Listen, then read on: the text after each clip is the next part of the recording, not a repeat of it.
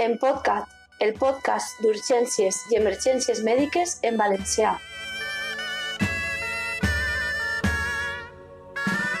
Benvinguts a l'Empodcat, que com sabeu és un espai per conversar sobre urgències i emergències sanitàries i, com sempre, és un espai conduït per un equip multidisciplinari i multicèntric.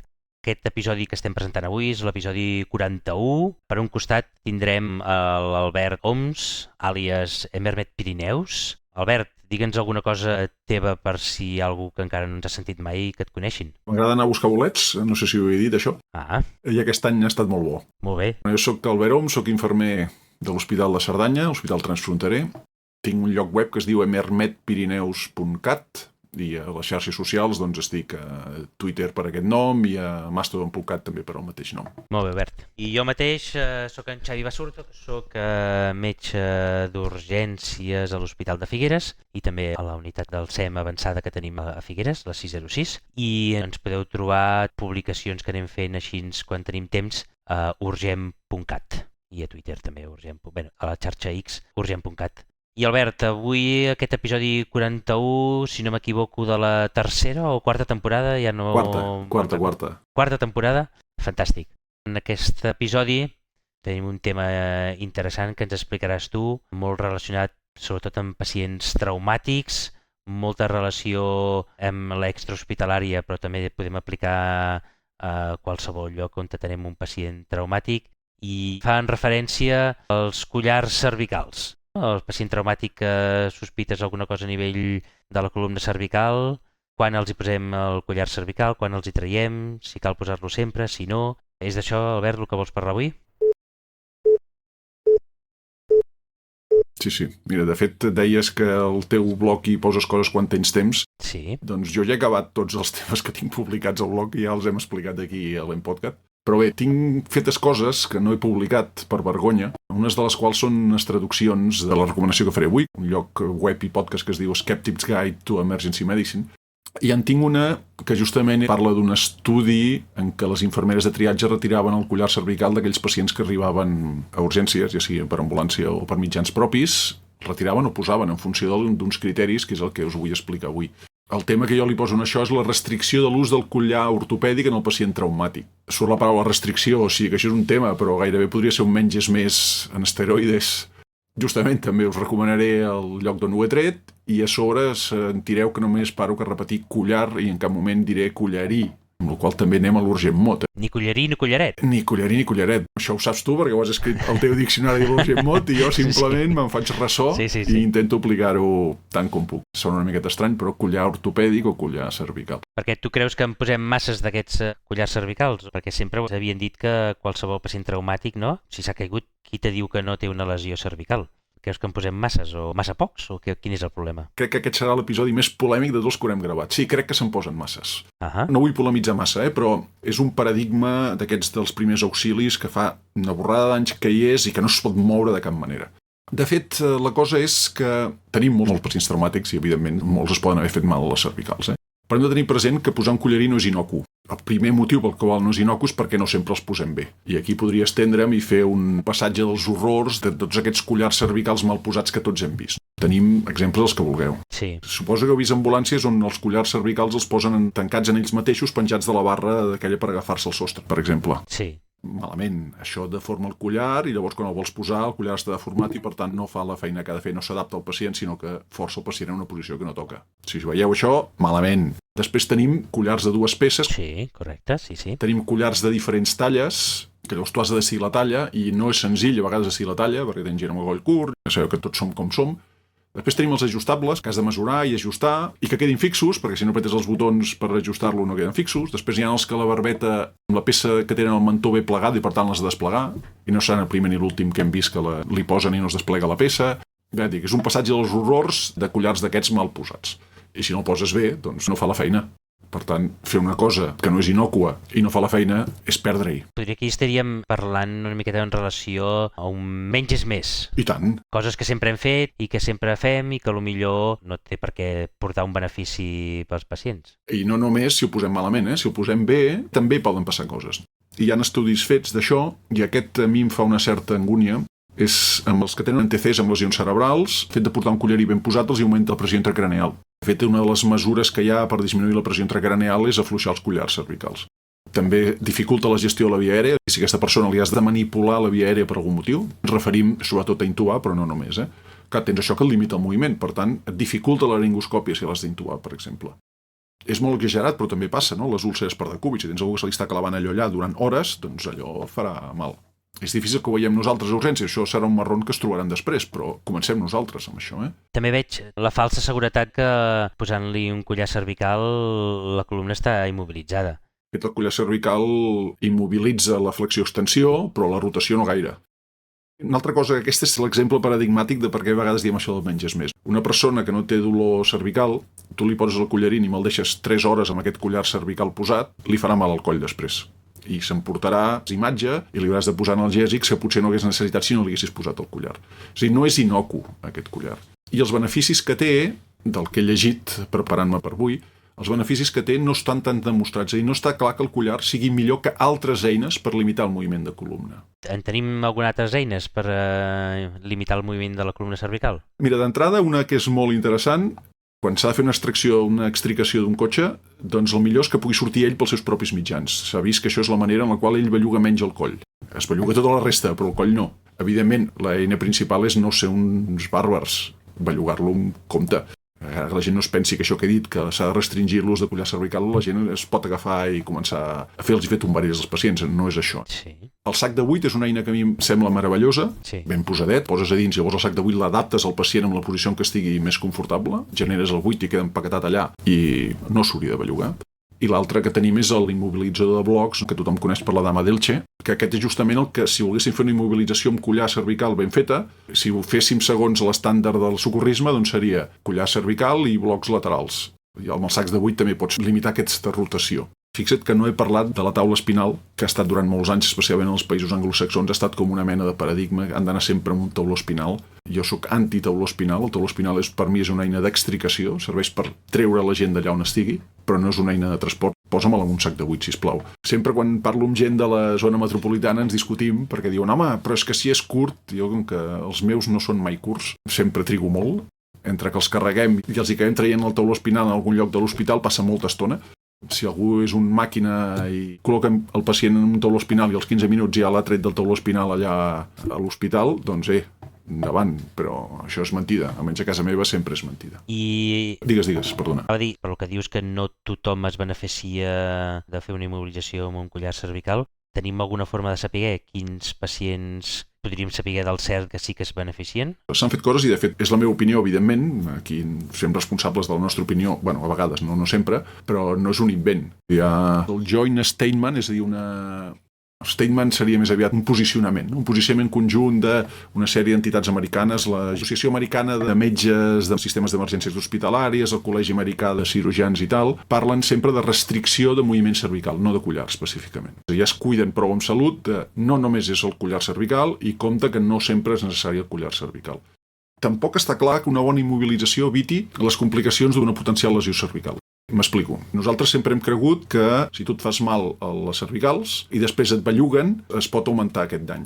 Bé, això no està demostrat estrictament. És molt plausible i, evidentment, val la pena dir-ho, perquè si no apareixerà algun salvatge que els agafarà del cap i els arrossegarà, però no s'ha pogut demostrar que hi hagi aquesta relació, almenys en els pocs estudis que hem llegit ara, doncs, clar, tenim que són lesions que passen relativament poc. A pesar d'haver-hi molts malalts traumàtics, no hi ha moltes lesions cervicals i, clar, si en tens pocs, a més cadascú gestionat d'una manera o d'una altra, ens fa molt difícil fer un estudi que pugui demostrar això. Llavors això ens fa plantejar això que deies, quan parlem dels menys és més. Si tenim una intervenció que pot beneficiar els pocs pacients que tenen una lesió cervical, dels molts als que els hi posem, i que sobre a tots els pacients que els hi posem es poden generar uns efectes secundaris, aquests que hem comentat abans, les complicacions, clar, és allò, és pitjor el remei que la malaltia, t'ho has de plantejar aquí, no? Comentaves si hi ha alguna manera de saber a quins no els servirà de res i per tant ja no val la pena fer-ho, i a quins, doncs no sabem si els serà útil. O sigui, hi ha un grup que segur que no els serà útil, que no el necessitaran. Per tant, aquests ja no val la pena fer-ho. Els altres, doncs, davant aquesta plausibilitat, els podem fer heterogènia amb la nostra manipulació, doncs aquests té sentit seguir-los immobilitzant, però si ja tenim clar que hi ha un grup que no cal, doncs aquests els estalviem. Sí, a mi me recorda això un altre tema que vas explicar tu, que és el de les regles d'Ottawa i tot això, no? Hi ha un grup de pacients que no cal que els hi demanis una radiografia del turmell o del genoll per si pot tindre lesió òssia o no. Hi ha un petit grup de pacients, o no tan petit, que ja saps que no li calen, per tant no els hi facis. Això seria més o menys el mateix, no? Intentar localitzar quines característiques de pacient no els hi cal la immobilització. Els altres, com que no ho sabem si funciona o no funciona, no sé què, però clar, les conseqüències serien dolentes. Hòstia, és que si té una C3 conminuta, hòstia, no sé si funciona o no funciona el collar cervical, però... Li posarem, i tant que li posarem. Perquè les conseqüències, no és que diguis és que li farà mal 2 dies més, és que les conseqüències són muerte. Aquest és evident que el necessita. Però sí, segurament hi ha un grup de pacients que podem dir aquest segur que no ho necessita, per tant, no li posis sistemàticament. I suposo que és el que pretenen aquestes coses que ens vols explicar, no? Sí, jo us vull parlar de dues eines de decisió. Una justament l'han fet els mateixos de les regles d'Ottawa, que han trobat aquesta metodologia de crear aquestes eines de decisió i han tret moltíssimes regles. La seva és la Canadian C-Spine Rule, no? La regla canadiana de columna, i una altra que són els criteris Nexus. Comencem, si de cas, pel que el Nexus. Aquest és una regla negativa, és a dir, ells assumeixen que tots els pacients necessitaran imatge, i aquí poso radiografia, però aquest meló no el vull obrir. Si algú té coneixement d'això, que ens ho vingui a explicar, perquè aquest sí que no el penso obrir. Ja n'he obert un avui, que ja Déu-n'hi-do, no val la pena obrir-ne més, no? Llavors, la regla Nexus diu que tothom necessita imatge, excepte si es compleixen tots els 5 criteris que diré ara. S'han de complir tots 5. Si no, s'ha de fer imatge. Estem parlant de necessitat de fer imatge, eh? Exacte. I diràs, home, però si estàvem parlant de collar, ara per què em vens tu a dir això de la imatge? Exacte, t'anava a dir això, sí.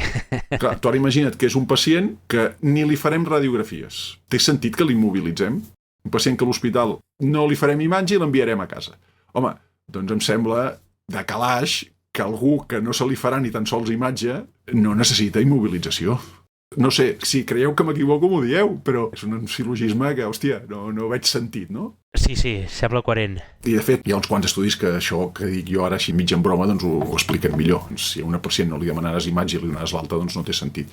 I el compliment d'aquestes dues regles doncs et garanteix que no tindran lesions. I les poques lesions que entren en aquell 0, no sé quants % tampoc han generat un problema després. Per tant, són regles que et donen una garantia que no tenen lesió. Les pots aplicar també aquí. Vinga, els 5 criteris aquests del Nexus, recordeu, s'han de complir tots 5 per no necessitar radiografia. El primer és que no presenta dèficit neurològic. Aquest és evident, no? Si té un dèficit neurològic, compte. El següent és que no té dolor la palpació de les apòfisis espinoses, la línia central, quan ens toquem aquí la columna, els bonys que no té quan ens toquem darrere les cervicals. Que no té l'estat de consciència alterat, ells ho especifiquen amb que el Glasgow no sigui menys de 15 o que no estigui desorientat. Aquí tots els nostres pacients amb demències, doncs, evidentment, se'ls haurà de radiografiar, no ens en podrem refiar. També que no estigui intoxicat, bueno, una miqueta lliga amb l'anterior, oi? Intoxicat de què? Doncs el que sigui. És a dir, que no hi sigui tot, i que no tingui una lesió distractora. I això de la lesió distractora va sortint sovint en moltes coses, no? I, hosti, a vegades costa de determinar què vol dir lesió distractora. Algú ho intenta concretar més, però ens hauríem de quedar amb una lesió que per la seva entitat genera un dolor superior a les altres o una tensió superior a les altres. Si t'amputes un braç, evidentment, tens una lesió distractora més que de sobres com per no te't puguis refiar de la resta. Si t'has torçat un ungle, doncs no sé fins a quin punt és una lesió distractora aquesta, oi? Si compleix aquests 5 criteris, no necessita imatge. I fan aquesta afirmació perquè diuen que el valor predictiu negatiu és del 99,8% i la sensibilitat del 99%. I ara aquí és on jo et demano, això m'ho pots explicar que jo ho entengui? Aviam, es pot explicar alguna cosa? D'entrada te diria que bé, són números d'una magnitud rellevant, el 99% del que sigui, ja sembla tranquil·litzador. Aleshores, sensibilitat és senzillament la proporció de que pacients tinguin una prova positiva dintre de tots els malalts. Això ens ajuda molt poc. Una prova molt sensible, com és aquesta que és del 99%, m'ajuda quan la prova me surt negativa. Perquè si en una prova molt sensible el test me surt negatiu, m'ajuda molt a descartar la malaltia. Per tant, si me dius que aquesta regla de predicció el pacient no té cap d'aquests criteris, per tant és una prova negativa, com que és una prova amb molta alta sensibilitat, la prova me surt negativa i jo el puc enviar cap a casa amb tota la tranquil·litat que no tindrà una lesió clínicament significativa a nivell cervical. Això és el que m'està dient la sensibilitat del 99%. L'altre és els valors predictius negatius i positius. També és 99,8. M'està dient que sempre que faci aquesta prova i me surti negativa, el 99,8% seran pacients que no tenen la malaltia. L'únic que en aquest paràmetre de valors predictius negatius i positius està molt influenciat per la prevalència de la malaltia en aquella població on jo ho estaré aplicant. I per tant els números seran diferents. El 99,8% te'l pots creure en la població, a la mostra, que ells han fet l'estudi, però no en una altra.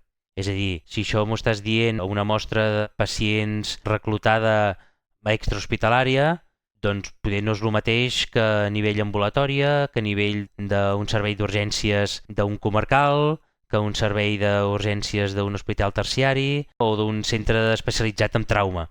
La prevalença de lesió cervical en aquests diferents grups de pacients, la prevalença no és la mateixa. Per tant, no serà la mateixa que aquest estudi. Per tant, el 99,8% és veritat en el seu estudi, però no és veritat a nivell de la UCI, per exemple. Per tant, fora d'aquest estudi, aquest 99,8% és difícil d'interpretar o no és aplicable.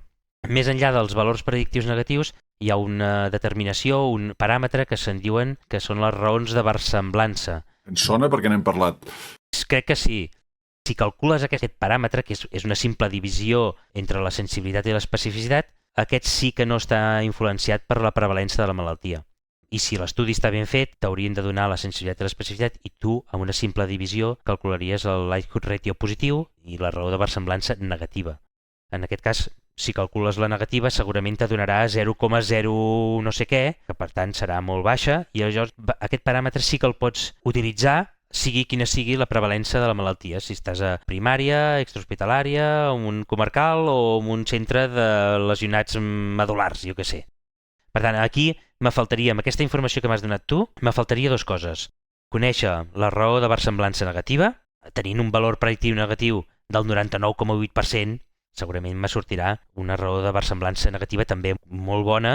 I l'altre que necessitaria, això que m'has dit, és que me faltarien els intervals de confiança, perquè això pot tindre un interval de confiança molt estret, va de sensibilitat de 97 fins a 100, però podria ser que haguessin tingut una mostra de pacients molt petita o que pacients amb lesió n'hi hagi molt pocs, per tant, la precisió del resultat seria molt àmplia, la precisió és molt inexacta. Aleshores, la sensibilitat, tu em dius que és del 99, però a la realitat podria anar entre el 80% i el 100%. Clar, si me dius que podria ser el 80%, m'estàs dient, hòstia, hi ha un 20% de pacients amb una lesió que aquesta prova els hi sortiria negativa, seria un fals negatiu. Hòstia, ja no estem parlant del 99%. Per tant, sempre que me diguis això, m'has de donar els intervals de confiança. Doncs sap greu, ara estava mirant a veure si en els paperots que tinc els trobo, els hauria de buscar i em sembla que ho deixarem com a deures. Queda clar que hem de fer lectura crítica de coses, perquè ja has vist que jo sóc un entusiasta i després potser resulta que no ho hem de ser tant. Que moltes vegades això dels valors predictius tothom els fa servir, però no tothom té clar que serveix només per aquell estudi i que has de saber la prevalença que tens tu en el teu àmbit on treballes. I que per tant necessites un paràmetre més, que són les raons de versemblança. I sempre conèixer els intervals de confiança, perquè si no, no saps si el que m'estàs dient si és molt precís o poc precís. Ja està, són dues dades que l'estudi sí o sí te l'han de donar. Doncs m'hi fixaré per la propera, amb això que dius. Però bueno, tenim clar que aquests números són molt bons. És a dir, si la persona compleix aquests 5 criteris per no necessitar imatge, i per tant no té cap sentit posar-li un collar cervical per immobilitzar-lo, doncs tenim aquests números que ens ajuden a creure que aquesta persona no tindrà lesió. El que passa és que compleixin aquests 5 criteris només ens estalviaríem al voltant d'un 12% de les proves d'imatge. El 88% restant els hauríem d'immobilitzar igualment. Són unes regles senzilles, crec que es poden aplicar de forma... No cal ser molt espavilat per aplicar-les i un 10% de la gent ja no necessitaria que l'immobilitzéssim i que els fessin radiografies i per tant s'estalviarien la iatrogènia associada amb això. Anem a l'altra eina que us comentava, que és la regla canadenca de la columna. Aquesta regla canadenca ja té d'entrada uns criteris d'exclusió. És a dir, ja no es pot aplicar si el pacient no està alerta, despert o fiable, si està hemodinàmicament inestable, si és menor de 16 anys, si té una paràlisi aguda, és a dir, si hi ha un dèficit neurològic nou, diguéssim, o si té una malaltia vertebral coneguda o una cirurgia de columna cervical prèvia. Ja hi ha uns criteris d'exclusió. Fixeu-vos que a la regla Nexus no n'hi havia cap. Aquesta escala és una escala esgraonada i es basa en la presència de factors de risc, tant alts com baixos, i després en si pot moure o no. Per tant, anem a veure aquests criteris. El primer graó és si presenta algun criteri d'alt risc. Si em presenta qualsevol dels 3 que diré ara, no es pot descartar la lesió de columna i, per tant, s'ha d'immobilitzar, s'ha de fer la imatge que toqui. Els criteris d'alt risc són majors de 65 anys, que hagin tingut un mecanisme lesional perillós, que ara us explicaré, o que tinguin parestèsies a les extremitats. Els mecanismes aquests lesionals perillosos, ells els defineixen com una caiguda d'una alçada de més d'1 metre, o 5 graons, una càrrega axial sobre el cap, doncs que et caigui alguna cosa sobre la closca, o que tu et tiris de cap a algun lloc, per exemple. Sí, una piscina. Carreguis directament l'energia contra el cap. El cas de la piscina és l'exemple paradigmàtic, no? Sí. Que sigui un accident en un vehicle a alta velocitat, i aquí especifiquen més de 100 km per hora, o bé que el vehicle hagi volcat o hi hagi hagut una ejecció. Hòstia, 100. Que suposo que aquest 100, si en comptes d'haver fet aquest estudi a pacients de Canadà, fa relativament pocs anys l'haguessin fet abans dels cinturons de seguretat, per exemple, no crec que fossin aquests mateixos números. També un altre mecanisme perillós és l'ús de vehicles recreacionals. Quads, motos de neu, aquests que foten el bròquil amb tota aquesta mena de bitxos, doncs aquests està considerat que és un mecanisme perillós. Sí. Puc fer una cunya aquí? I tant. És que fa poc llegia o vaig sentir per la ràdio que a l'Institut Goodman feien una miqueta d'alerta que estan veient moltes més lesions medul·lars a resultes de lesions en patinet. Ui, el patinet, per favor. Que abans no passaven, lògicament fa 5 anys no n'hi havien, i que sembla una tonteria que el patinet sí que pots caure i trencar-te un canell, però és que les hòsties en patinet també poden ser més importants i cada vegada a la Goodman arriben més pacients amb lesions medul·lars per accidents en patinet. Vull dir que potser aquí la regla canadenca no ho contemplava, que anar a 25 km per hora en patinet també pot ser un factor del risc, no sé, ja està. És una... Sí. I per les lesions medul·lars i pel traumatisme cranoencefàlic. Sí. Això. I el següent mecanisme lesional perillós que ens expliquen és la col·lisió en bicicleta. És a dir, tu vas en bicicleta i col·lideixes contra un altre objecte d'una certa entitat. És a dir, no és que rellisca la bicicleta causa terra, és a dir, topes contra una farola, un vehicle... O... Exacte, o et topen a tu. Aquests són els mecanismes lesionals perillosos. Per tant, si complim algun d'aquests mecanismes lesionals, tenim parestèsia d'extremitats o més de 65 anys, no es pot descartar la lesió cervical immobilitzant el cas que estem parlant ara o imatge el que toqui. Si no hi ha aquests factors d'alt risc, llavors ens anem al següent graó. El següent graó avalua si hi ha factors de baix risc. Un factor de baix risc és si ha caminat en algun moment des de l'accident.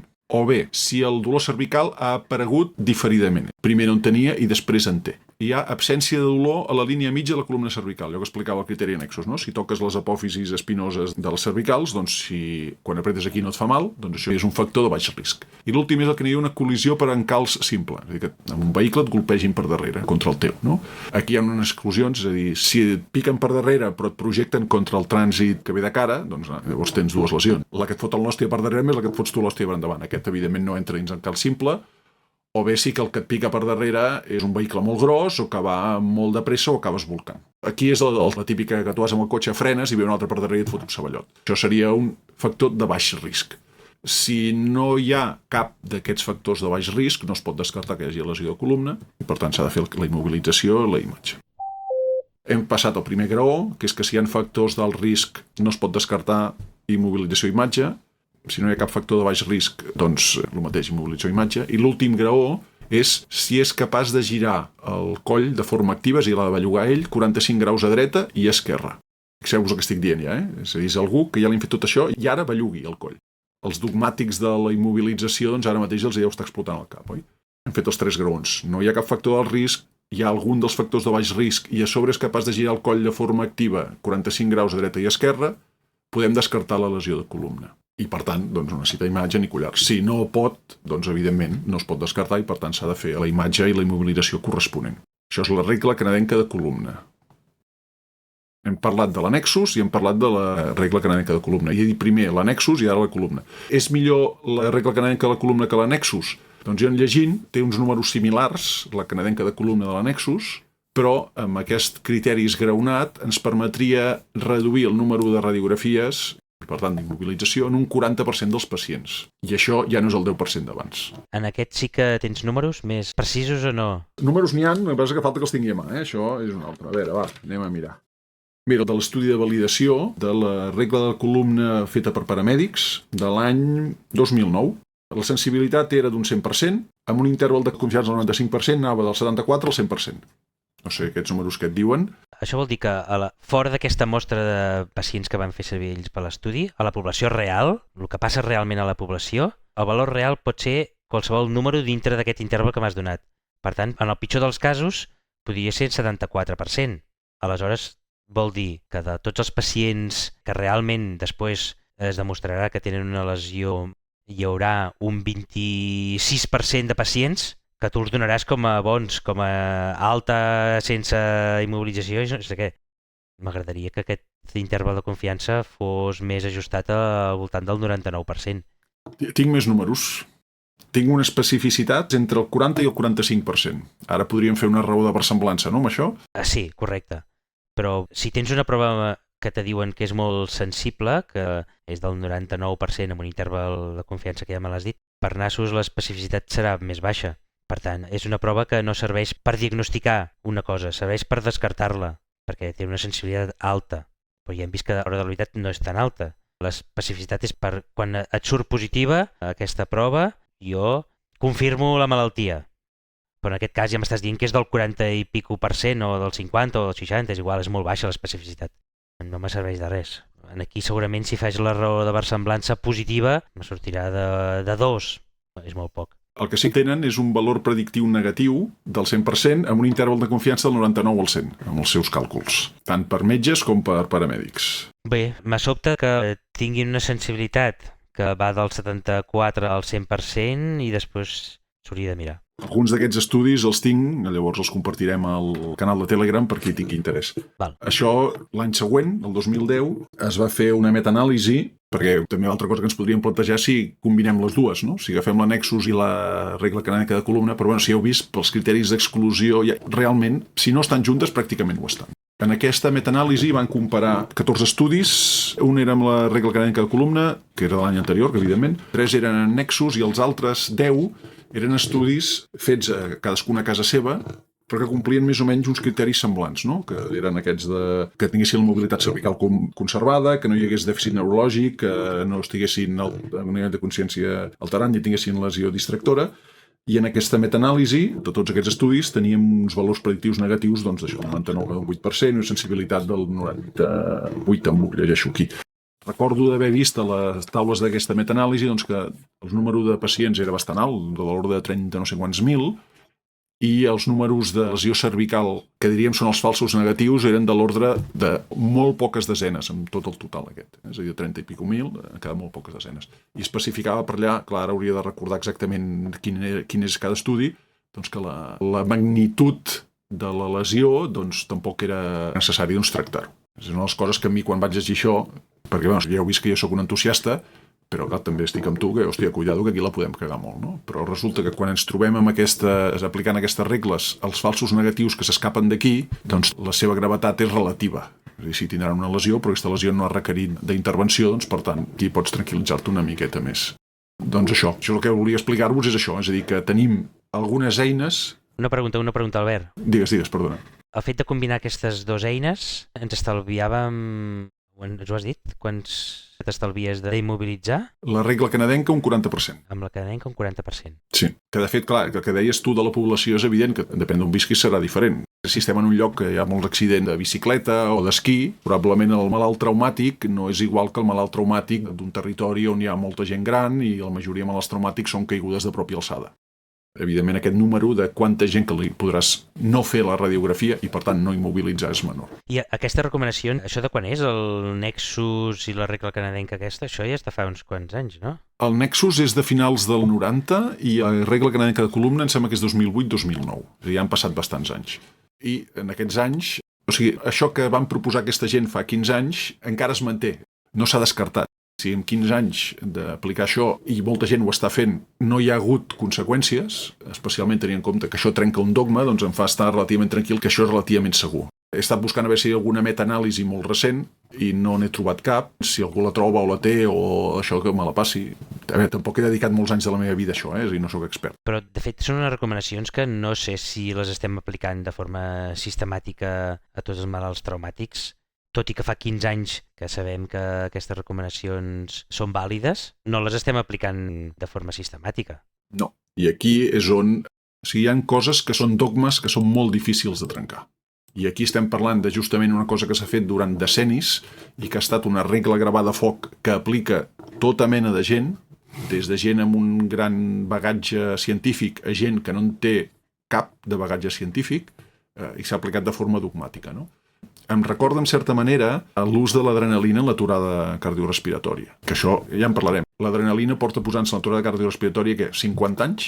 i comença a haver-hi una quantitat d'evidència raonable de pensar que l'ús de l'adrenalina en el ritme desfibrilable doncs potser no és tan bona com sembla. I cada vegada que s'ha intentat fer, recordo el cas, em sembla que era el Paramèdic 1, un estudi bastant ben fet d'això de l'ús de l'adrenalina, que van reclutar 4 agències d'extrahospitalària per fer l'estudi i quan va ser el moment d'executar-lo, 2 es van despenjar. Perquè no podia ser que amb algú que amb aturada cardiorrespiratòria amb ritme desfibrilable no li posessin adrenalina. Perquè si fas un estudi clínic aleatoritzat, a la meitat els hi posaràs i a l'altra meitat no. Llavors, la institució aquesta que inicialment havia acceptat formar part de l'estudi va rebre prou pressions internes o externes com fos com per no poder-ho fer. Doncs aquí estem en el mateix. Serà molt difícil generar evidència, a més tenint en compte, sobretot, la poca incidència de la lesió cervical dins el global del malalt traumàtic. Al principi ja dic que això seria segurament l'episodi més polèmic que haurem fet fins ara. Sí. Mira, on sí que no hi ha polèmica amb això de la immobilització de la columna cervical, de fet de la columna, és en el trauma penetrant. Això sí que hi ha, totes les recomanacions diuen que si tens trauma penetrant, especialment del coll, però bueno, tens trauma penetrant a la columna, no s'ha d'immobilitzar. Necessitem altres coses, però immobilitzar no és necessari, és contraproduent. En totes les altres, i el trauma, que és la immensa majoria, el trauma no penetrant, que immobilitzem sistemàticament a tothom, doncs jo penso, amb el que he llegit i amb aquests números que hem estat parlant, que si compleix alguna d'aquestes normes, el Nexus o la regla canadenca de columna, jo estaria tranquil de no immobilitzar-los o de retirar la immobilització, com especificava l'estudi del qual vaig fer la traducció d'aquesta lectura crítica. Jo crec que és raonable no fer-ho servir. I ens estalviaríem iatrogeni, temps i recursos en l'atenció d'uns malalts que no necessitarien el que se'ls hi fa. Jo penso, Albert, que en general els sanitaris, no sé les altres professions, però els sanitaris ens acosta molt canviar les coses que fem, tot i tenir evidències científiques molt clares. I de fet es calcula que més o menys tardem 10 anys des del moment en què es publiquen evidències suficients com per canviar o instaurar un nou tractament o un nou maneig dels pacients. Es tarda com uns 10 anys en què això es porti a la pràctica. Sigui una cosa nova o canviar una cosa que estem fent de fa anys i fer-la diferent.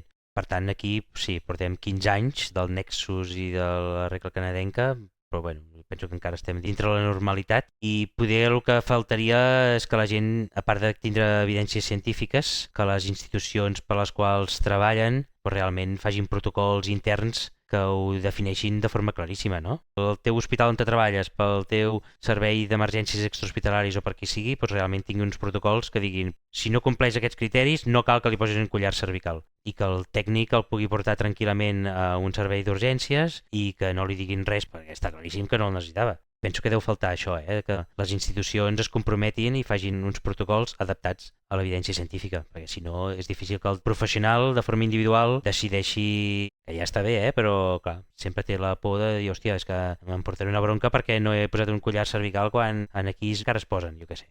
Justament, això que acabes de dir ara és l'estudi aquest del... De fet, el vaig titular, espera, a veure que ho trobi. Perdoneu, això queda molt poc radiofònic, anar agafant i bellugant papers i això. Mira, el títol era I el collarí, aquí encara no havia passat per l'Urgentmot, ho sento, i el collar se'n va anar gràcies a l'infermera de triatge.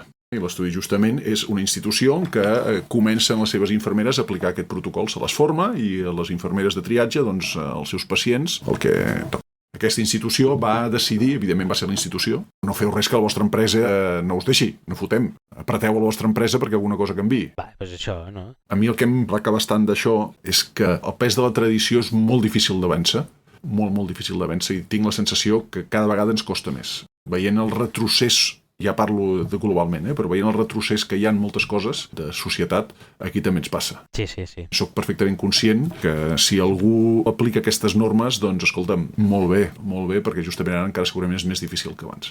Si algú dels nostres oients al seu servei apliquen, per exemple, la regla canadenca a la columna o alguna cosa d'aquestes i ens vol explicar com els hi va i com ho han aconseguit, doncs, escolta'm, serem tot oïdes. Molt bé, Albert. Aviam si ens posem una mica les piles amb aquest tema. Continuem, Albert, estàs tu del tema del collar cervical, sí? Jo ja ho tinc tot dit. Ara ja em poso el paraigües per quan m'arribin les hòsties. Bueno, tio. Doncs si et sembla, continuem pel menys és més? Endavant. Mira, del menys és més, jo m'havia preparat un tema, una recomanació directament de l'Essential, que ja sabeu que és una iniciativa que es publica a través del canal Salut de GenCat i que fa, entre altres institucions, la Aquas, l'Agència d'Avaluació de Tecnologies Sanitàries de Catalunya. I en aquest cas ens parlen de la prescripció d'antiinflamatoris, d'AINES, en pacients que tenen malaltia cardiovascular o persones amb patologia renal crònica o patologia hepàtica. Això és una recomanació de l'Essential que ja existia el juny del 2015 i que ara, fa escassos dies, a l'octubre del 2024. Acaba de sortir. Es va actualitzar i ens parlen que, clar, sabem que els AINEs tenen molts efectes secundaris, alguns són importants i que poden augmentar molt la comorbiditat i la mortalitat, sobretot en pacients d'edat avançada i polimedicats. I ens parlen que, per exemple, en els pacients que ja tenen risc cardiovascular o que tenen ja una malaltia cardiovascular establerta, pacients que en el seu moment van tindre un infart, per exemple, o van tindre un ictus, el fet de prescriure un AINE poden afavorir l'aparició o una descompensació de la insuficiència cardíaca pel tema de que els AINEs inhibeixen la síntesi de prostaglandines i aquestes prostaglandines regulen una miqueta la perfusió renal, el filtrat renal i tot això pot fer una retenció hidrosalina i ser un desencadenant d'una insuficiència cardíaca. A més, els AINEs incrementen el risc aterotrombòtic, és a dir, que per si mateixos ja poden augmentar el risc d'esdeveniments isquèmics en un pacient. I, a més, sabem que els AINEs augmenten la pressió arterial. Per tant, en malalts en risc cardiovascular o que ja tenen una malaltia cardiovascular establerta, el fet d'afegir-hi un AINE ens pot facilitar la insuficiència cardíaca, ens pot facilitar que tinguin més esdeveniments isquèmics i un pitjor control de la tensió arterial. Per tant, en aquests pacients, alerta. I sobretot, encara més, si són pacients d'edat avançada o polimedicats. Després, pels pacients que tenen malaltia renal crònica. Si els hi afegim un AINE, augmenta molt el risc que facin un fracàs renal agut. També pel tema de la inhibició de la síntesi de prostaglandines. Hi ha un grup de pacients que encara tenen més risc, que són aquells pacients que prenen algun antihipertensiu com és un ARA2 o un IECA i que a més prenen un diürètic i que tu, a urgències, li prescrius un AINE. L'associació d'aquest AINE amb un diürètic i amb un IECA o un ARA2, això té un nom, en anglès és el triple whammy, això serà una urgent mot, en català correcte seria l'efecte de triple impacte negatiu. Sona malament, És condemna de fracàs renal agut, molt probable. En aquests malalts que tenen insuficiència renal crònica, a part d'aquesta associació de 3 fàrmacs, si estan hipovolèmics o són pacients fràgils o són pacients d'edat avançada o pacients polimedicats, molt pitjor.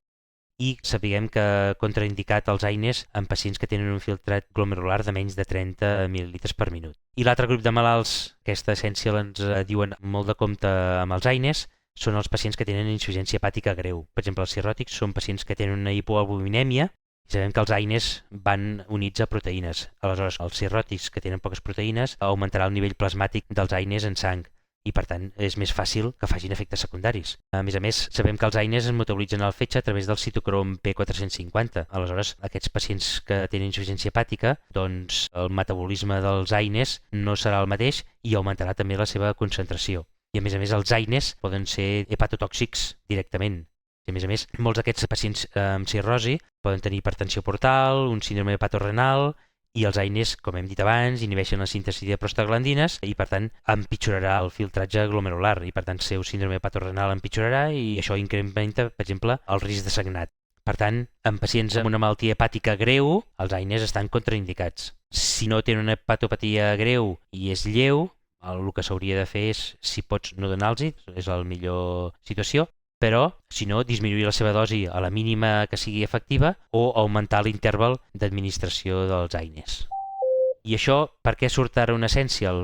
Doncs perquè veiem que des del 2020 al 2022 hi ha hagut un augment progressiu d'aquestes prescripcions d'AINEs, augment del 25%. I, per tant, segurament hi haurà molts pacients amb risc cardiovascular, amb patologia renal crònica, hepatopatia crònica, que estan prenent AINEs. De fet, a Catalunya es calcula que són gairebé un 5% d'aquests pacients que no haurien de prendre AINEs i els estan prenent, un 5%. Això vol dir bastants mils de pacients que no els estem fent cap favor. I, per tant, la recomanació final d'aquest Essential és que en pacients amb malaltia cardiovascular, amb malaltia renal crònica o hepatopatia greu, no es recomana la prescripció d'antiinflamatoris no esteroidals, els AINE, perquè suposa un risc que no es compensa pel benefici que els hi pot aportar i perquè en moltes ocasions tenim alternatives i si no les tenim, el que us deia de disminuir la dosi al màxim o augmentar l'interval amb el qual fem la prescripció. Escolta, dubte que em queda. Quan parlem de prescripció estem parlant de dosis úniques o estem parlant d'una prescripció d'una certa durada? Per lo que he llegit jo no ho especifiquen. Jo tinc el concepte... depèn. Per exemple, amb el malalt amb hepatopatia greu, que et vingui a urgències i que sigui un cirròtic, 0 d'AINES, perquè sí que te pots trobar que una sola dosi disminueix la síntesi de prostaglandines i empitjores tot, la seva funció renal, sangrarà, tindràs problemes. Els altres, una prescripció puntual amb el mal cardíac, doncs mal control de la tensió, però clar, de desencadenar directament un infart ho trobo més... però no puntualitzen si és una dosi puntual. Jo penso que és més important quan donem d'alta un pacient amb aquestes característiques, no li prescriguis durant una setmana, 10 dies, un antiinflamatori. Déu-n'hi-do, aquesta em fa pensar que ara que no tenim metges de capçalera enlloc, aquesta és una de les feines que tenen poder conciliar tot això. Buf! Clar, l'ideal seria que els pacients, per exemple, que nosaltres veiem a urgències i això, doncs, vagi a veure el metge de capçalera la setmana que ve, però el millor metge de capçalera no li donen visita de fins aquí 15 dies. Doncs clar, estaré amb un pacient amb una hepatopatia crònica o un pacient amb una insuficiència renal 15 dies prenent un AINE, saps? Això sí que és preocupant. Em sembla que aquest l'imprimiré i el deixaré allà al teclat de l'ordinador dels metges. Bueno, és qüestió de recordar-ho. Missatge subliminal. Sí. Tampoc tenim unes alternatives molt... És el que anava a demanar. I si no podem fer AINES, què podem fer servir? Aquí no. A l'Essential també m'ha cridat l'atenció perquè com a alternatives me parlen del metamisola. Que vam dir justament que no. Clar, també inhibeix la síntesi de prostaglandines i això, no ho sé. I també me parla dels opioides dèbils, el famós tramadol, per exemple. Que tampoc hem de fer, el tramadont. Clar, això amb un pacient d'edat avançada, polimedicat i no sé què, vigila el que li dones perquè els opioides dèbils també fan molts efectes adversos, no és una alternativa molt simpàtica. Com a molt, prescriure el que realment ho necessita a les mínimes dosis, ja sabem que, per exemple, de l'ibuprofèn són 400 mil·lígrams. En aquests pacients d'edats avançada, polimedicats o amb alguna de les 3 patologies, cardíaques, renals o hepàtics, mai més de 400 mil·lígrams d'ibuprofèn. I si pots dir-li que s'ho prengui cada 12 hores, millor que cada 6 hores o cada 8. Molt bé. AINES amb compte amb gent que té antecedents cardiovasculars, renals o hepàtics. Amb compte o no fer-lo servir. Correcte. I si els fa servir a les mínimes dosis possibles, als mínims dies possibles i allargar l'interval d'administració al màxim possible. I si no, paracetamol, que també és un bon analgèsic. Jo trobo que sí, que no se li dona la importància que té. I moltes vegades, per exemple, amb dolor lumbar mecànic, no està demostrat quin medicament és millor que un altre. Pues, si és una persona amb aquestes característiques, li expliques que no li anirà millor un ibuprofèn que un paracetamol, però a efectes secundaris millor és un paracetamol que un ibuprofèn. Bé, Albert, Vinga. Què fem? Anem a l'urgent mod, no? Tu tens alguna cosa? Jo en tinc uns quants, He fet un esforç per no dir cullerí ni culleret, tot i que algun se m'ha escapat. Bé, bueno. Jo el que volia comentar, mira, em vam convidar la Societat Científica del DEMCAT, del Diccionari Enciclopèdic de Medicina, que em sembla que ja hem parlat alguna vegada, no? És d'on treus tu els urgent mods habitualment, oi? Correcte, sí. Vam fer una jornada de treball a l'Acadèmia de Ciències Mèdiques i em van convidar a explicar l'experiència lingüística del meu hospital, que pels que ja m'heu anat sentint aquests 40 episodis anteriors ja sabeu que és pintoresc, oi? És una jornada de treball, estava pensada a veure què podia fer l'acadèmia específicament per millorar l'ús de la llengua catalana. El que sí que puc dir és que surto d'aquesta reunió d'haver parlat amb altra gent perquè realment la situació del català a la sanitat és... no sé com expressar-ho. Gent, és molt preocupant. Molt preocupant. I, evidentment, si no ens hi posem, els que el parlem, no es resoldrà. Sapigueu que hi ha hagut això al DEMCAT, us recomanaria els que tingueu un interès per la llengua, els que l'estimeu i els que tingueu ganes que segueixi parlant en 2 o 3 generacions següents, doncs us recomanaria que us vinculéssiu a alguna de les moltes iniciatives que ja hi ha per la seva defensa, no? Des de fer-vos socis d'aquesta... Si ja sou socis de l'Acadèmia de Ciències Mèdiques, per una altra societat científica, fer-vos socis de la societat del DEMCAT, que per cert ara canviarà el nom, ja no recordo quin nom van dir que es posarien, perquè ja no només van al diccionari, sinó aniran a la promoció de la llengua catalana. Ah, sí? Doncs és gratuït fer-se soci quan hi ets soci de l'Acadèmia. O si no, hi ha un grup de Telegram que es diu Salut pel Català, on justament hi som força centenars de persones preocupades per l'ús de la llengua en sanitat i es plantegen diferents alternatives. Res, ja està, només això, El català és cosa de tots, teva també. Molt bé. Home, nosaltres posem el nostre granet de sorra. Home, la sufràgia ha passat del no res a existir. Nosaltres ja fem, però hem de fer més. Sí, la sufràgia ha passat al RAC1, als programes més escoltats del RAC1, en Més Calent Podcast. Bastant més, segur. Què més? Mira, els del Termcat van publicant diferents coses cada 2x3, diferents reculls, I ara, al mes de setembre, vam publicar un diccionari de terminologia dels aparells sanitaris. És publicat conjuntament pel Termcat, el Departament de Salut i en col·laboració també amb la Societat Catalana del Diccionari Enciclopèdic de Medicina.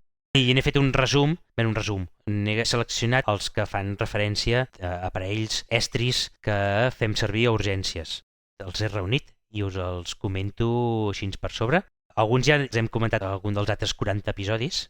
D'entrada podríem parlar del monitor, el còrpuls que portem molts a les ambulàncies. Correctament és un monitor, sí, correcte, és un monitor clínic, es diu monitor clínic. Això és la forma més correcta. També podem parlar de monitor cardiorespiratori o un monitor de constants vitals o un monitor multiparamètric.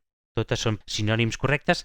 El que el Termcat, el Departament de Salut i tots aquests diuen que és el preferit, la forma més correcta és monitor clínic. Després, l'aparell que posem en el dit dels pacients per veure la saturació de l'oximoglobina i tot això, podem dir de forma incorrecta saturador, saturòmetre i 1000 coses diferents, però el terme correcte és el pulsioxímetre. Pulsioxímetre. Bé, quan al pacient li costa respirar una mica, posem oxigenoteràpia. Una de les opcions és les ulleres nasals o cànules nasals. Els dos termes són correctes. El terme preferit pel Termcat són les ulleres nasals. Si el pacient necessita alguna cosa més que les ulleres nasals, necessitarà una màscara d'oxigenoteràpia, que la que fem servir més habitualment es diu màscara Venturi. No mascareta, màscara. Màscara Venturi, sí. I si el pacient ja s'ofega una miqueta més, farem servir una màscara amb reservori. No en diuen màscara d'alta concentració, ni una Monaghan, ni altres terminologies.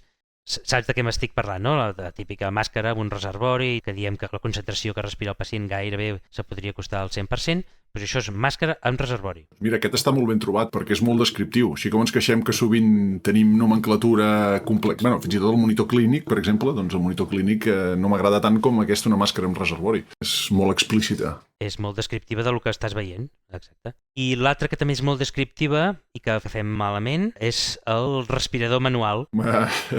És que més descriptiu que això no hi és, no? Doncs no surt enlloc correctament escrit, diuen de moltes formes diferents, que si vols ser autoinfable amb una màscara o amb U, és un respirador manual. Un sinònim sí que seria Ambu, sense accent a la U, perquè és una marca comercial.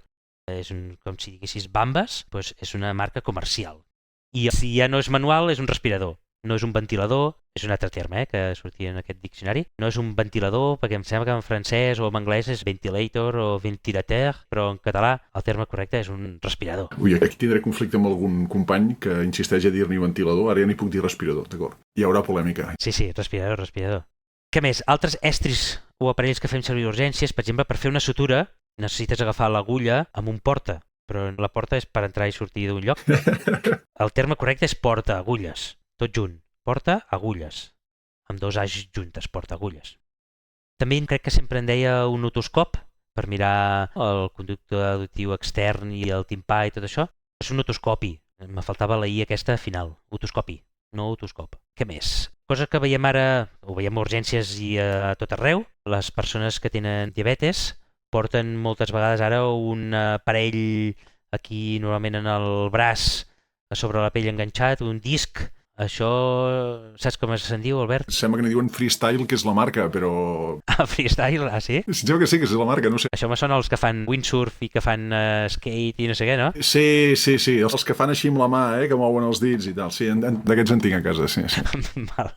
Doncs això, si és un pacient i porta aquest disc aquí en el braç, és un mesurador continu de glucosa. Més descriptiu impossible, Exacte, sí. I si vols, té una sigla que és el MCG, mesurador continu de glucosa, MCG. Justament d'això, no tant del mesurador, sinó del que ve, el mesurador que es connecta amb bombes d'insulina, aquesta de vida ultracurta, això, si trobem algú que ens ho pugui explicar, perquè això ve i no trigarem gaires anys a que la majoria de diabètics tipus 1 jovenets Sí. I no deixa de ser un pàncreas artificial. I aquí tindrem, nosaltres que tindrem clients que ens vindran amb això. Sí, en saben molt per això, ells, això. Sí. El mateix pacient te diu, no, tranquil, que ja la paro, no sé què, que això és un fallo de bateria, això és un fallo de no sé què. Sí. Gràcies per explicar-m'ho, perquè no en tinc ni idea. Això és a què em refereixo. Ens hem de refiar el que diuen els pacients, però saber una miqueta què parlem també acostuma a ser útil. I estaria bé saber-ho perquè si el pacient te'l trobes mig estabornit, no t'ho podrà explicar-ho, clar. Si algun dels oients en sap d'això o sap d'algú que en sàpiga, que ens ho digui. A veure si podrem parlar d'aquest anava a dir d'aquest aparell, no, d'aquests aparells, perquè a mesura de continuar de glucosa no has d'apretar botons, és l'altre el que és més complicat. Algú més, Albert? Pacients que necessiten una broncodilatació, si no fas nebulitzat, necessites fer unes inhalacions i saps que moltes vegades fem servir aquelles ampolles de plàstic perquè els pacients ho facin bé? Doncs això és una cambra d'inhalació. No és una càmera... Aquest ja ha sortit i me'n recordo. Sí, és una cambra d'inhalació, perquè jo també havia dit alguna vegada una càmera espaiadora o espaciadora o el que sigui, però no, és una cambra d'inhalació. I normalment ho fas servir, o sigui, tu tens la cambra d'inhalació i al sistema hi poses, per exemple, un salbutamol que vagi amb un terme inhalador de cartutx pressuritzat. També és molt descriptiu, no? Un inhalador de cartutx pressuritzat. Això també és un altre món, eh? Sí, també hi ha molts tipus diferents ja, que no sabem si siguin... Algú més, va, per mirar la tensió, aquest també ja l'havíem dit, alguna vegada. L'aparell que ens fem servir per mirar la tensió, tu vas fer un episodi només de mirar la tensió, Sí. és l'esfigmomanòmetre. Jo sempre en dic esfingo, però és esfigmomanòmetre. Esfigmo, sí, do. Aquest és el terme més recomanat. El TermCat ens adona com a sinònim complementari un tensiòmetre. No m'agrada tant, eh? No t'agrada tant. Bé, a nivell col·loquial, entre nosaltres en podem dir tranquil·lament tensiòmetre, però si has de fer un document una mica més formal, pots posar esfigmomanòmetre. I al pacient, moltes vegades que li posem una via, li haurem de posar un medicament, moltes vegades farem servir un degotador, que és aquest tub que en un extrem superior hi ha el flascó amb el medicament que hem d'administrar, després hi ha un espai que veus tu que baixa gota a gota a la velocitat que tu et sembli, tens una vàlvula manual per regular aquest gota a gota, tot això se'n diu degotador. També en podríem dir sistema de d'infusió contínua, però més correcte és un degotador. I descriptiu. Sí, exacte, molt bé. I això ho pengem al pal de degotador. Pals degotadors, deia, no me'n recordo, sí que es deia... Sí, jo me'n recordo, sí. Ah, i entre bomba d'infusió i bomba de perfusió. El TermCat ens recomana que fem servir més d'infusió, bomba d'infusió. De perfusió també és correcte, però el recomanat és d'infusió. Molt bé. I tu fas servir aquella goma de silicona elàstica per posar vies, Albert? Cada dia que treballo. Perquè altra cosa no sé, però vies me'n foto un fart, tu. I què li dius al pacient? O si no la tens, li dius al teu company, passa'm un què? Esmarc. D'on t'ho has tret, això que es diu Smart? Tota la vida s'ha fet així. D'on t'ho has tret, Albert? D'acord, si mires el TermCat, et dirà, home, el que estàs demanant és un compressor, o un compressor venós, o un torniquet. Són els 3 termes que el TermCat ens diu per aquesta goma elàstica per fer una compressió normalment al braç, per facilitar posar una via de forma més ràpida i més eficient i més no sé què. El terme més recomanat és compressor. L'ésser maligne que habita en mi ja preveu rialles amb aquesta paraula. Home, l'altre, perquè l'hem sentit tota la vida, però tampoc és una paraula molt normal. Gens. Allò, un esmarc. Què m'està dient aquest? També és descriptiu aquest, eh? Sí, un compressor. Mira, justament una de les coses que al final no he acabat de comprar, perquè no em ve de gust comprar coses que són de la feina, n'hi havia un que, en comptes de ser la goma plana, era com una mena de goma cilíndrica, com les gomes de lligar les lones dels camions, però protegida amb un plàstic que quedava més maco i tal, que tu ho lligaves a la part alta del braç i llavors el rodaves cap a baix, de manera que munyies el braç i tal. I alguns deien que anava molt bé, no ho he arribat a servir mai, no puc opinar. No és una boa, això? La boa era un altre invent que era com una mena de xurro de piscina més elàstic, el lligaves al voltant i immobilitzaves el cap de la gent per fer maniobres d'extricació de vehicles. Ah, sí. Ja no se n'ha parlat mai més d'això. Em sonava que d'aquest estri així també en dèiem, d'aquest compressor... Potser també n'hi havien dit boa d'això, no ho sé. Va, segur que tenim algun oient que ha fet servir alguna cosa d'aquestes, perquè d'oients apassionats de coses estranyes segur que en tenim. Si algú ha fet servir, que ens ho expliqui, va. Que... Això tenim la Jordina, que un dia ens va explicar el tema de les hemorràgies, el torniquet, ella en sap molt d'això, i a les xarxes socials ens ho dirà com es diu aquest aparell que estàvem parlant ara. Molt bé. I l'últim, ja no m'enrotllo més, els aparells que cada vegada tenim més són els aparells electrònics que et poden fer una analítica bàsica al costat del pacient. Això són analitzadors a prop del pacient. Analitzador prop del pacient. D'aquest m'emportarem les ambulàncies, eh? El proper concurs n'hi van, sí. Ambulàncies avançades del SEM. Sí, per això ho deia. Saps quin trobo a faltar jo? Quin? Passarem de la tecnologia aeroespacial dels analitzadors a prop del pacient a un estri que es fan servir als camps de futbol de quarta regional, que són els baiars. Sí. Les lliteres aquestes plegables o no, que van amb bastons i una lona, baiard. Que també n'havíem parlat en algun episodi, sí. Sí. Això és d'una altra època, Molt bé. Escolta, m'agrada molt a mi aquesta secció, sempre ric molt, Sempre surten coses... Fan gràcia. Sí. Sí. Va, anem a les recomanacions? Anem a les recomanacions. Tu tenies alguna cosa, Albert? Sí, això que he traduït, que ha estat l'excusa per parlar del tema dels collars cervicals. Això és un dels molts episodis de podcast que han gravat aquest lloc web, que es diu The Skeptic's Guide to Emergency Medicine, guia escèptica per la medicina d'urgències. És un recurs veterà, porten 400 no sé quants episodis. És un podcast, però té el lloc web on hi ha moltes notes. Realment, el seu creador, que és un canadenc, el doctor Ken Milne, ho treballa molt, perquè publica l'àudio del podcast, que acostumen a ser gravacions que fa amb una altra persona, que és el que presenta l'estudi.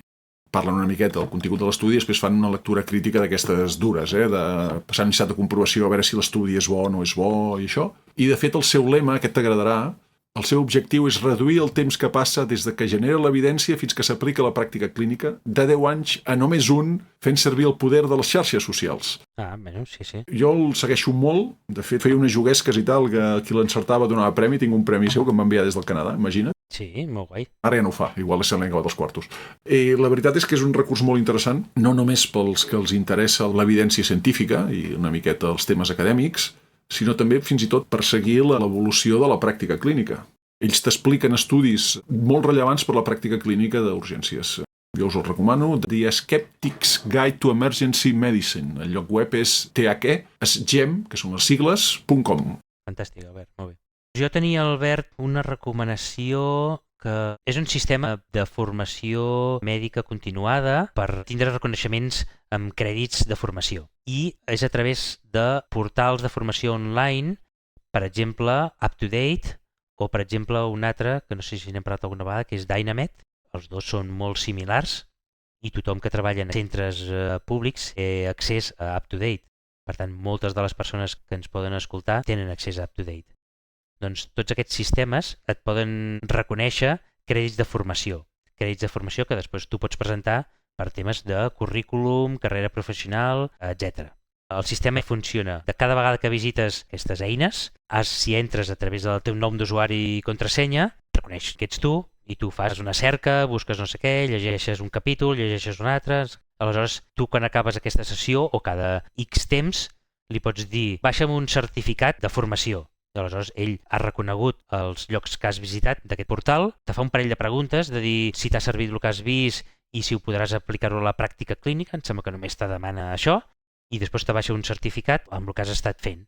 Tu aquest certificat que te l'has de baixar amb uns crèdits que es diuen AMA-PRA, Category 1, hi ha diferents sistemes, però tu has de escollir aquest, l'AMA-PRA Category 1, aleshores te baixarà un certificat i això diria que només serveix per a metges, perquè hi ha un conveni del Consejo Profesional Médico Espanyol, de l'Organització Mèdica Col·legial, crec que es diu així, al qual reconeixen aquests crèdits internacionals. Aleshores, el certificat que t'ha baixat el UpToDate o Dynamed els hi envies a la pàgina web del Consejo Profesional Médico Espanyol d'Acreditació de Formació Mèdica Continuada i al cap d'una setmana, 10 dies, doncs t'envien un certificat amb els crèdits de formació convalidats al sistema espanyol i tu això ho pots fer servir per posar-ho al teu currículum com per carrera professional i a qualsevol lloc que te demanin si tens crèdits de formació, per lo que sigui, doncs aquests són igual vàlids, igual que t'anessis a fer un curs a Barcelona o online o el que sigui. I que potser és una eina que molta gent no coneix i no fa servir i que si realment tens a disponibilitat aquestes eines i les fas servir, no costa res, cada període de temps, baixar-te els certificats i pujar-los en el Consejo Professional i a poc aniràs fent crèdits de formació continuada que pots utilitzar. I ja està, Albert. Això era la meva recomanació d'aquest episodi. Tots aquests enllaços els posarem a les notes de l'episodi, perquè si ho has de buscar pots tornar una miqueta mico, És interessant, això és gratis, tu. Sí, i si és una feina que fas, l'únic que has de fer és baixar-te el PDF i penjar-lo en un altre lloc. I ja està, és una feina que ja has fet. És un reconeixement de mèrits, no? És a dir, si et dediques temps a formar-te, encara que sigui de forma informal, Encara haurem de preguntar com ho hem de fer nosaltres perquè donguin crèdits per escoltar-nos. Ostres, ara que estaves dient això se m'ha ocorregut el mateix. He pensat, hauríem de nosaltres també donar, no, la gent que ens escolta i està una hora allà escoltant les nostres barbaritats. Una hora o més, Xavi? Perquè no vull dir l'estona que portem gravant i nosaltres intentem mantenir-nos en una hora, però després tinc una feinada a passar la tisora quan edito, que Déu-n'hi-do, I avui em sembla que ens passarem de llarg d'una hora. Bé, ho deixem aquí, Albert, o què? Vinga, va, tanquem la paradeta. No hem dit al principi que sempre recomanem aquests podcasts, els pots escoltar a qualsevol eina on te pots escoltar podcast, Spotify i a tots els registres de podcast ens podeu escoltar, i a Telegram i a la xarxa X i no sé on més, Albert. Si no hi som, ens ho dieu que ens hi posarem. Ara que tot marxa d'X i se'n va a Blue Sky, estem a Mastodon, això sí, però Blue Sky, no sé, ja veurem si anem o no. A TikTok no hi som, no sé si hi serem, ganes cap ni una. A YouTube, alguna cosa podem veure a YouTube? A YouTube tenim coses. Vaig una miqueta tard perquè encara tinc el capítol 39 per penjar, perquè és que no em dóna la vida, tu, no em dóna la vida. Anem fent. Tenim pendent de decidir... Bé, de fet, hem decidit abans el Xavi que no us proposarem de quin article parlarem en l'episodi que farem de lectura crítica d'articles, sinó que el que ell vol i el que jo vull els farem tots dos. Fantàstic, molt bé, Albert. Llavors ja mirarem com ho fem, perquè igual aquest el fem en públic. Públic vull dir que hi participeu els oients i això. En públic i en directe. També, mira, per què no? Què collons? Alguna cosa se'ns acudirà. Aquest sí que s'allargarà, ja t'ho asseguro. Molt bé, Albert. Volia dir una cosa al canal Telegram. Ja hem passat dels 112 usuaris. Ara ja som 115 o 116. El 112 és un número interessant per nosaltres, ja l'hem passat. Faltes tu, que ens escoltes i no t'has subscrit encara al canal de Telegram. Doncs va, fins al següent episodi, tothom. Moltes gràcies. Ens veiem el mes vinent. Per cert, necessitaré ulleres, no sé si ho havia dit, que m'estic fotent vell, necessito ulleres.